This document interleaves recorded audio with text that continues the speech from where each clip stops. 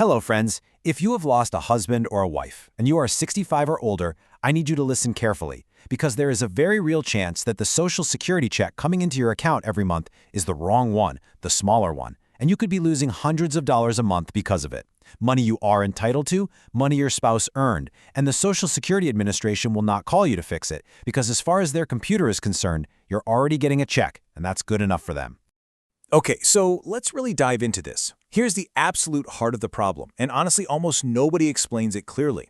When you're widowed, you don't magically get to keep both your benefit and your late spouse's benefit.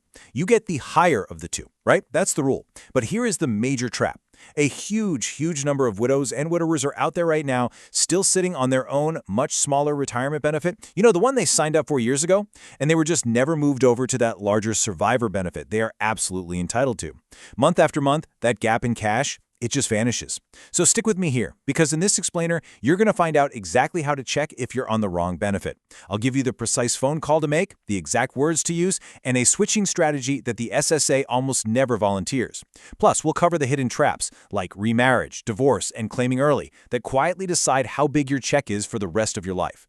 I promise you, one of these is going to apply to you or to someone you love. Oh, and quick thing first, if this info protects even one check for you or your family, go ahead and hit subscribe. I break down these Social Security rules that move real money in plain English before it's too late to act. All right, let's start with the mistake that's literally costing people the most. Let's look at the actual math behind this problem, just to make it concrete. Let's say a husband was collecting $2,400 a month and his wife was collecting $1,300 on her own work record. Sadly, he passes away. Now, as his widow, she's entitled to a survivor benefit of up to 100% of his benefit, so that's $2,400. But if no one physically switches her over in the system, she just keeps getting her own $1,300 check. It doesn't update on its own.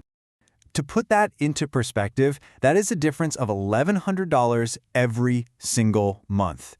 If you stretch that out over just a few years, we're talking tens of thousands of dollars that she was legally owed but never saw a dime of. And honestly, here's the cruelest part. The SSA doesn't always do this automatically. It's wild, I know. You generally have to proactively apply for those survivor benefits and specifically ask them to pay you on the higher record. So here is your very first action step, and seriously, do this even if you think you're totally fine. Call Social Security. The number is 1-800-772-1213. When you get an agent, you need to say the exact words you see right here on the screen. I am a widow or widower, and I want to compare my own benefit to my survivor benefit and be paid on whichever is higher. Make them physically run both numbers for you, because if you've been sitting on the smaller one all this time, you definitely want to find out today, not next year. Now, what we just talked about, that's the obvious mistake. But let's take this a step further and see how this builds into where the really big money is. We're talking about a strategy that can literally be worth tens of thousands of dollars if you time it right. And guess what? Almost no one at the SSA is going to bring this up to you on their own. Here's the secret. Your own retirement benefit and your survivor benefit are two completely 100% separate benefits. And unlike most Social Security rules out there, you are actually allowed to take one of them first and then switch to the other one later. It's one of the very few switching strategies left in the entire system, and it survives specifically for survivors like you. So why does having two separate benefits actually matter? Well, it's a real game changer because both benefits have the potential to grow if you wait to claim them. But here's the kicker. They grow on completely different clocks. That means you can sort of play them against each other. Let's say your own benefit is going to be way larger at age 70 because of delayed credits, right? You might take the survivor benefit right now, use it to live on, and just let your own benefit keep growing completely untouched in the background. Then, boom, at 70, you switch to your own bigger check. Or you can do the exact reverse. If your survivor benefit is the one that'll be larger at your full retirement age, you could take your own reduced benefit early and then switch to the full survivor benefit down the road. The main takeaway here is you don't have to lock both of them in at the same time. Done right, this single move can add tens of thousands of dollars to your retirement, but done wrong, or if you just never knew about it, you're leaving all that cash right there on the table. Because this is so absolutely crucial, you have to ask about this strategy by name. When you're on the phone with them, I want you to read the words on this slide verbatim. Ready? I want to know if I can restrict my application to one benefit now and switch to the other later, and which order pays me more. Seriously, pull out your phone and take a photo of this screen right now if you need to. If the first agent you talk to seems confused or can't answer it, politely ask to speak with a claims specialist or a technical expert. Don't take "I don't know" for an answer. Now, timing is literally everything with this, because when you claim your survivor benefit completely changes how much money you get. Getting this timing wrong can permanently shrink your check, and nobody wants that. Let's break down how the survivor benefit amount actually works. If you wait until your own full retirement age to start the survivor benefit, you get the full 100% of what your late spouse was entitled to. Perfect. But you're technically allowed to start a survivor benefit as early as age 60.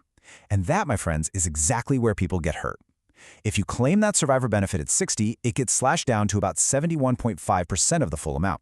So going back to our example, if the full survivor benefit was supposed to be $2,400, grabbing it at age 60 locks you into a check closer to $1,716 for the rest of your life.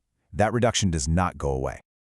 Okay, there are two more huge factors that can change your number, and you definitely need to know these. First, if your late spouse held off on claiming their benefit and racked up those delayed retirement credits, those credits actually carry over to you and make your survivor benefit larger.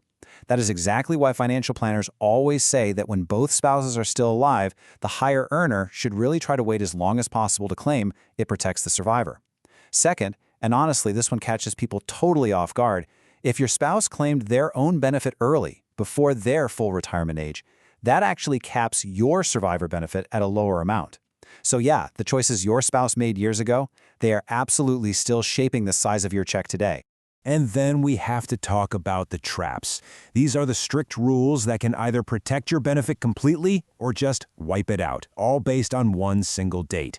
Let's go through them, because I guarantee at least one of these applies to someone watching right now. First up, remarriage. This is the one that costs people the most money purely by accident. Here is the rule. If you remarry before you turn 60, you generally give up your right to that survivor benefit. It's just gone. But if you remarry at age 60 or later, it doesn't affect your survivor benefit at all. You keep the whole thing. So if you're widowed and you're thinking about tying the knot again near that milestone birthday, the timing of the wedding could literally be worth a fortune. Look, I'm not here to give romance advice, but that's the rule, and it really, really pays to know it. Second trap, let's talk about divorced survivors. A shocking number of people have no idea this rule even exists. If you are married for at least 10 years and your ex-spouse has passed away, you might actually be entitled to a survivor benefit on their work record. Yes, even though you were divorced. And get this, even if they had remarried someone else. Plus, that same remarriage rule we just talked about, it applies here too. If you remarried after you turned 60, you can still claim this ex-spouse benefit. So many divorced widows and widowers leave enormous amounts of money unclaimed just because they assumed the divorce papers ended all their rights. A lot of the time, they really didn't. Third thing, and this is a small one, but hey, it's definitely still worth claiming. There is a special one-time death payment of $255 that the surviving spouse can get. Look, I know it's not exactly life-changing money, but it is rightfully yours. Just keep in mind you typically have a limited window to apply for it, so please don't skip it. So how do you actually get this all done? Let's get into the practical steps. Unlike a standard retirement claim, you usually can't just hop online and apply for survivor benefits. You are going to need to call that 1-800-772-11213 number, or actually visit your local Social Security office in person. Before you do, gather up the documents you see right here on this checklist. You're going to need your spouse's death certificate, your marriage certificate, both of your Social Security numbers, and your bank routing info. Oh, and if you're going the divorce survivor route, make sure you bring rock-solid proof that your marriage lasted at least 10 full years. And remember, when you get on that call or sit down across the desk from an agent, do not just blindly accept the very first number they hand you. Keep these key actions at the front of your mind. Demand that they lay out all your options, your own benefit, your survivor benefit, and ask if switching between them over time will get you more money overall. You are 100% allowed to ask them to show you the math. So let's just bring all of this together. If you've lost a spouse and you're 65 or older, the single most crucial thing you can do today is make sure you're getting paid on the higher of your two benefits. Call them. Make them compare. Ask about taking one now and switching later, because that's the strategy that can yield tens of thousands. Remember that claiming before your full retirement age permanently shrinks the check. Watch out for that age 60 remarriage line. Before 60 costs you the benefit, 60 or after protects it. If you were married for a decade and divorced, check if you have an unclaimed benefit waiting for you. And grab that $255 payment. Listen, none of this is some sneaky loophole. This is money your spouse worked hard to earn, sitting in a system that assumes you already know the rules. Well, now you do. Which leaves us with a pretty powerful question to end on. Is someone you love sitting on the wrong check right now without even knowing it? If this explainer helped clear things up for you, I'd ask you to do 2 quick things. First, subscribe and hit the bell so these critical rules reach you before a deadline passes, not after. And second, please share this with any widower or widower you know. There's a very real chance someone you care about is getting shortchanged right now and has absolutely no idea. 5 minutes of your time could literally change their income for the rest of their life. Thank you so much for hanging out with me today, and I'll see you in the next explainer.